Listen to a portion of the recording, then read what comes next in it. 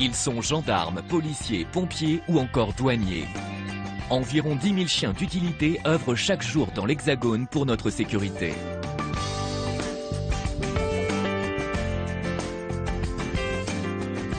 Afin de décrypter leurs atouts et leurs étonnantes capacités et aptitudes, nous avons interrogé le colonel Dominique Grandjean, vétérinaire chez les sapeurs-pompiers de Paris et spécialiste du chien de travail.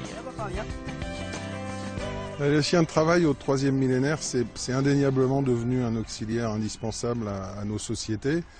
On pourrait être très schématique en disant finalement c'est un nez avec une plateforme mobile qui déplace ce nez. Ce serait un petit peu exagéré, mais c'est un peu comme ça qu'on le voit nous en tant que vétérinaires. C'est vraiment extraordinaire de voir comment se développent les domaines d'activité du chien. Il y a quelque chose ici? Il y a extincteuil, il y a 100 grammes de dynamite.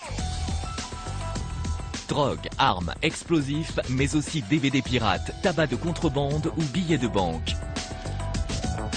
N'importe quel objet ou substance peut être détecté par ces auxiliaires à 4 pattes. Dès l'âge de 18 mois, tous intègrent les écoles de formation de leur corps respectifs et y apprennent par le jeu à retrouver un certain nombre d'odeurs de référence. Pour Chic, ce chien des douanes, c'est le tabac. Sa mission, la lutte contre le trafic de cigarettes sur la plateforme portuaire de Calais. Oui, ça c'est bien, ça c'est bien. Le chien travaille beaucoup plus rapidement que l'être humain. Ça permet d'immobiliser le camion le moins longtemps possible pour la recherche de cigarettes, ce qui n'empêche pas après la fouille par les collègues à la recherche d'autres marchandises illicites. Le chien ne fait pas la différence entre des cigarettes de contrebande et des cigarettes légales. Pour lui, c'est l'odeur de la cigarette. Tiens, Alexis, il y a dans ce camion l'odeur que je connais. Je l'ai reconnue, elle est là, elle est présente. Après, à toi de faire ton boulot, de voir si c'est un transport légal ou si c'est un transport de contrebande. En cas d'alerte à la bombe, le flair des chiens de la police aux frontières s'avère là encore d'une irremplaçable efficacité. Sur ce ferry, Arnaud intervient en urgence avec son chien de recherche d'explosifs. Allez, on cherche. Allez, on cherche. Effectivement, on va vite. On a 2 chiens, on fait le bateau avec les 2 chiens en moins de 3 quarts d'heure. Notre but, c'est que le site soit sécurisé le plus vite possible pour que les gens puissent revenir à l'intérieur sans aucun risque. Voilà, c'est bien ça, les chiens. Qu'il y ait un autre chien ou pas, les chiens sont habitués. Les chiens sont habitués aussi à rechercher dans toutes les conditions. Ce que la science sait aujourd'hui, c'est que le nez du chien est plus efficace que celui de l'homme en fonction des molécules, entre 10 000 et 10 millions de fois plus. Mais en même temps, il est très discriminant. Et ce qu'on sait maintenant, c'est qu'il a un nombre de récepteurs au niveau de la muqueuse olfactive qui lui permettent en fait de repérer non pas une molécule, mais de repérer des morceaux de molécules dans l'espace. Les odeurs masquantes, elles existent chez le chien indéniablement. Simplement, si la molécule qu'il recherche, ou si une des molécules qu'il recherche se trouve mêlée à cette odeur masquante, il va quand même la détecter. Moi, j'ai presque une confiance aveugle dans mon chien. Je sais qu'elle aura raison. Quand on vous appelle sur une alerte à la bombe, que vous sortez de l'avion en disant bah, écoutez, la chienne n'a rien trouvé, ou à l'issue de la visite, on n'a rien trouvé, dans notre esprit, on se dit bon, ça va, les passagers peuvent prendre l'avion tranquillement. Le chien fait un bien énorme dans ce type de recherche. En cas de disparition inquiétante, d'effondrement de bâtiments ou de tremblement de terre, les chiens des pompiers, de la sécurité civile ou de la gendarmerie sont les seuls limiers capables de détecter la présence d'un corps humain. Lorsque les secours disposent d'une odeur de référence de la personne disparue, la discipline s'appelle le pistage. En recherche libre, sans référence, on parlera plus volontiers de quête. Lors de cette intervention, c'est un homme d'une 50aine d'années égaré en forêt que les sapeurs-pompiers de Paris recherchent. Sans indice de départ, on demande au chien de fouiller un secteur bien défini. Et puis, comme je vous disais, avec les mouvements de bras, on envoie le chien une fois à gauche, une fois à droite, et le chien travaille en S pour essayer de récupérer quels que soient les flux qui lui arrivent, et puis la remonter pour arriver jusqu'à la personne qui est au bout de cet effluve. Après plusieurs heures de quête, la victime ne sera malheureusement pas retrouvée ce jour-là. Pour s'approcher au plus près de la réalité, des exercices de grande envergure sont régulièrement organisés.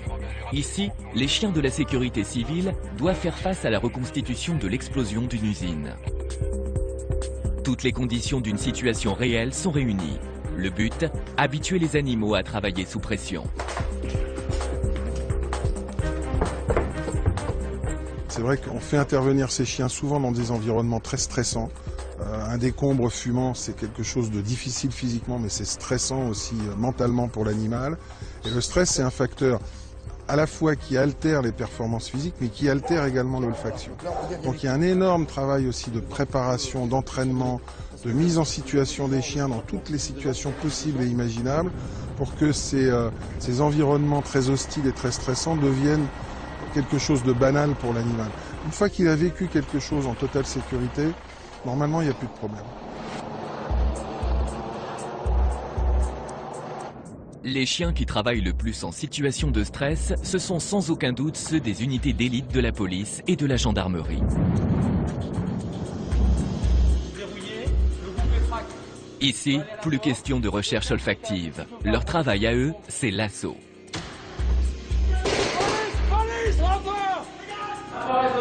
Il n'y a plus de raisonnable. Le premier qui rentre, tu tires dessus, c'est clair? On va venir te chercher quoi qu'il en soit. Allez, sois raisonnable.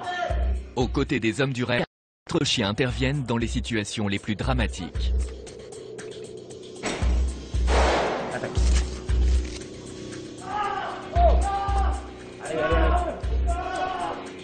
Lorsque par contrainte d'emploi, on n'a pas de chien d'assaut sur une intervention, c'est une des premières remarques que font les gars du groupe, il n'y a pas de chien d'assaut et ça les inquiète.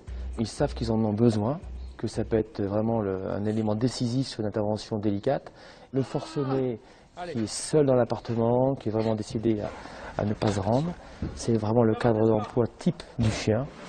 Frax, ce berger malinois que l'on voit ici à l'entraînement, a récemment vécu une situation identique face à un forcené.